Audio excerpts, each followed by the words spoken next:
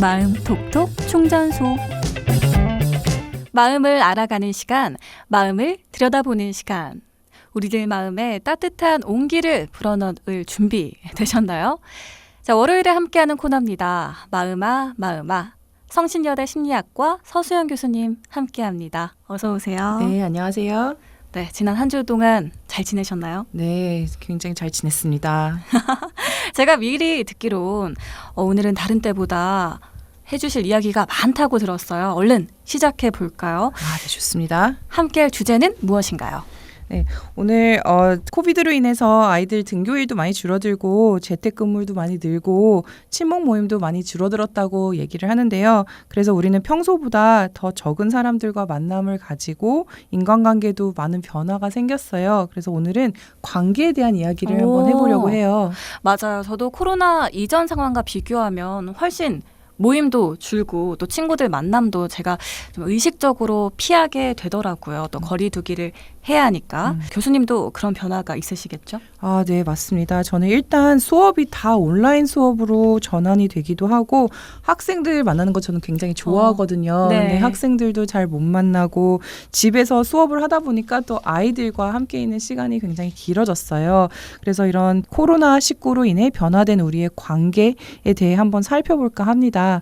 우선 가족 관계에 대해서 좀 이야기를 해볼까 하는데요. 네. 이제 코로나로 인해서 가족 관계도 많이 변화가 된 것 같아요. 이제 가족 구성원이 해외에 살고 있으면 그러면 오랫동안 못 봐서 그리울 수도 있고 또한 이제 반대로 집에서 재택근무를 하거나 아니면 집에 락다운으로 인해서 집에 있다면 너무 오랜 시간 가족과 함께 오래 있어서 이것도 문제가 될 수도 있을 것 같아요. 네. 만약에 코비드 전에 가족 내 갈등이 존재했다면 또 코비드로 인해 여러 문제들이 이런 문제들이 더 심각해질 수 있는 부분들도 확인을 할 수가 있었습니다. 갈등이 심화되는 거군요. 네, 그래서 예를 들어 뭐 부부 갈등이 심해져서 코비드로 인해서 이혼이 증가한다는 이런 보도들도 나오기도 했고요. 네. 그걸로 인해서 코비디보스라고 하는 신조어도 생겼다고 합니다. 아, 이혼 디보스. 네, 디보스. 네, 코비드랑 디보스랑 합쳐서. 그래서 전문가들은 좀 전부터 갈등이 있었다면 코비드로 인해서 보내는 시간이 많아지면서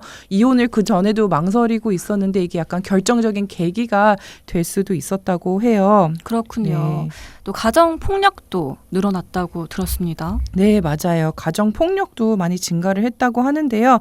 만약 이전에도 코로나 이전에도 가정 폭력이 있었다면 점점 빈도나 수위도 좀 올라갔다고 합니다. 네. 그래서 이 모든 것들은 아무래도 코비드로 인해서 생긴 변화들 때문일 수도 있는데요. 이제 사람들이 아무래도 스트레스를 받고 예민해지다 보니까 생긴 문제인 것 같아요. 그래서 더 오랜 시간 같이 지내다 보면 뭐 좋은 점도 있을 수도 있겠지만 실은 이제 단점들도 있을 수 있는 게 문제인데요. 아, 그럼요. 네, 보통 스트레스를 받으면 주변 사람들에게 뭐 풀게 되고 네, 또한 예전보다도 오랜 시간 가족과 함께 시간을 보내는 것을 그래서 어떻게 잘 적응을 해 나갈 수 있는지 고민을 해보는 시간을 가지는 게 중요할 것 같습니다. 그런 시간이 필요하겠어요. 네, 맞아요. 그래서 아무리 사랑하는 연인도 가족도 심지어 내 배에서 나온 아이도 네, 나만의 그런 사람들이 있어도 나만의 시간이 좀 필요한 게 이제 중요한 것 같아요. 그래서 그 시간을 가져야 스트레스도 적당히 조절을 할 수 있고 아무래도 코로나가 지금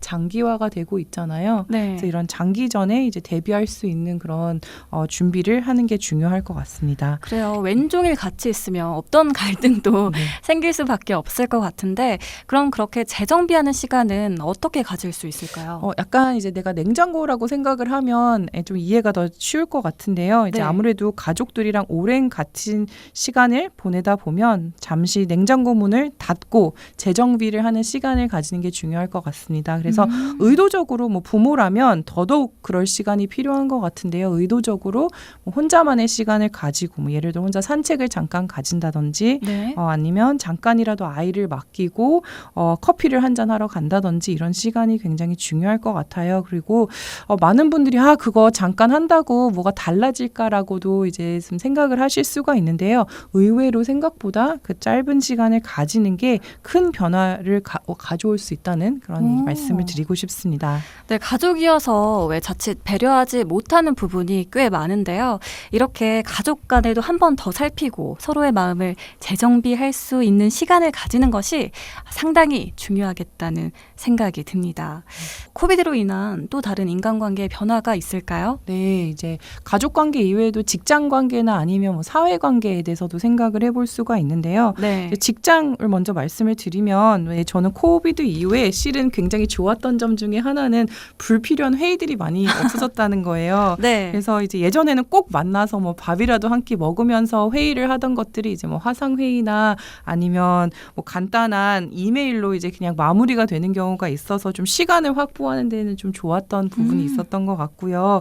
그런데 이제 사회적 관계는 좀 다른 것 같아요. 아무래도 사람마다 다른 사람과 연결되어 있다는 느낌을 받는 게 굉장히 중요한데 사람들과 연결을 받고 지지를 받는다는 것을 전문적인 용어로 우리는 사회적 지지라고 이야기를 하는데요. 네. 사회적 지지가 적으면 적을수록 정신건강도 안 좋고 그리고 몸도 더 아프고 심지어는 더 일찍 사망을 할 수 있다고 합니다. 그래서 사람들과 뭔가 연결을 짓고 연결을 하고 연결이 되고 있는 게 굉장히 중요한데요. 그렇군요. 네, 그런데 이제 요즘은 기술이 많이 발달돼서 아무래도 코로나 때문에 못 만나기는 하지만 서로 뭐 화상 통화도 할 수 있고 뭐 문자도 주고 받을 수 있고 SNS를 통해서 뭐 안부도 물을 수가 있어요. 네. 물론 이게 이제 뭐 직접 만나서 커피를 한 잔 하는 것이랑 좀 다를 수도 있겠지만 누군가와 내가 연결이 되어 있고 누군가는 나를 신경을 쓰고 있고 지지를 받는다는 느낌을 지속적으로 받는 것이 중요할 것 같습니다. 네.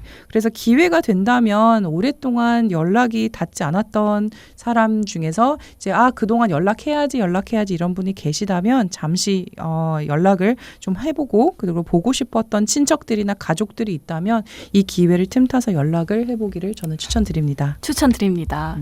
자, 가족관계, 직장관계, 사회관계 정말 많은 변화가 있었고 또 앞으로 어떤 변화가 있을지 그건 아무도 알 수 없는 일인데요.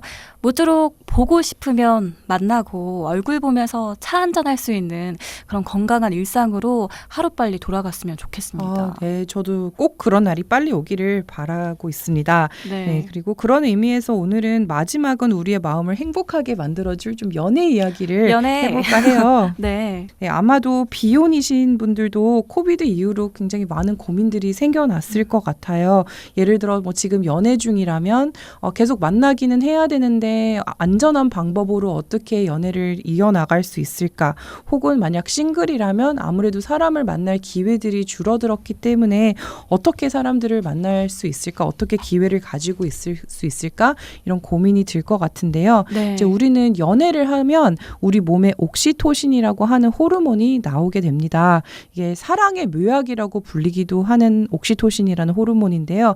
이게 많이 분비가 되면 항우울제와 같이 기분이 좋아지는 기능을 해요. 그래서 연애를 하는 것은 뭐 생물학적으로나 아니면 심리적으로나 좋은 일이라고 말씀을 드리고 싶은데요. 마치 우울증 약과 똑같은 거니까 우울증에 걸리신 분들은 해법으로 연애를 하시는 것도 좋겠어요. 네, 좋은 방법이라고 생각이 됩니다. 네. 그렇기 때문에 코비드가 장기화되더라도 의지가 있다면 좀 창의적인 방법을 생각을 해서 연애의 기회를 만드는 것도 굉장히 좋을 것 같은데요. 데이트도 안전하게 할 수 있는 여러 방법들도 생각을 해볼 수가 있을 것 같습니다. 그럼 이렇게 연애가 좋은 건데 기회를 어떻게 만들 수 있을까요? 네, 우선 연애를 할 수 있는 기회를 만드는 것부터 말씀을 그럼 드려볼게요. 네. 예전처럼 대면으로 소개팅을 하거나 아니면 친목 모임을 통해서 사람들을 만날 수 있는 기회가 많이 줄어들었잖아요. 네. 그래서 미국에서는 좀 온라인 데이팅 어플들이 이제 많이 보편화돼서 예전에는 이런 선택지를 생각하지 않았던 사람들도 이제는 좀 활용을 많이 한다고 합니다. 네. 한 가지 팁을 드리자면 예전에 미국의 한 온라인 데이터 어플 CEO가 이제 얘기를 하기를 너무 많은 사람들과 한꺼번에 대화를 하다 보면 선택지가 많아져서 의사결정을 하기가 굉장히 어렵다고 합니다. 합니다. 그래서 너무 많은 사람들을 대상으로 연결을 되려고 하는 것보다는 한두 사람을 선택을 해서 좀 깊이 있는 대화를 이제 온라인으로라도 할 수 있게 이제 그것을 이제 제안을 한다고 말을 하고, 특히 그렇게 하는 것이 좀 연애에 대한 성공 확률도 높인다고 합니다. 선택과 집중이 정말 중요한 거네요. 네, 정답입니다. 자, 그럼 이미 연애를 하고 있다면 어떤 걸 고려해 봐야 하나요? 네, 만약에 이미 연애를 하고 있다면 이제 안전한 방법으로 데이트를 하고 스킨십을 할 수 있는 방법도 생각을 해 보아야 될 것 같아요. 그래서 데이트를 뭐 예를 들어 야외에서 좀 더 많이 한다든지, 아니면 사람들과 너무 많은 접촉이 있는 장소, 예를 들어 예전에는 데이트 코스가 뭐 영화관이나 맞아요. 아니면 뭐 식당이나 이런 데를 가는 거였는데 다 실내이고 위험할 수 있기 때문에 이제 아무래도 이런 경우에는 좀 더 사람들이 없고 뭐 야외나 사람들과 접촉이 적은 곳을 선택을 하는 게 좋을 것 같습니다. 그렇습니다. 연애를 준비 중인, 연애를 하고 계신 분들 잘 들으셨죠? 코로나19로 인해서 이렇게 데이트에도 많은 변화가 있었지만 어쨌든 안전과 건강을 최우선으로 둬야 한다는 거 꼭 기억하셔야겠습니다. 자, 다음 주 마음아 또 기대하겠고요. 오늘 함께 해주셔서 고맙습니다. 네, 감사합니다. 안녕히 계세요.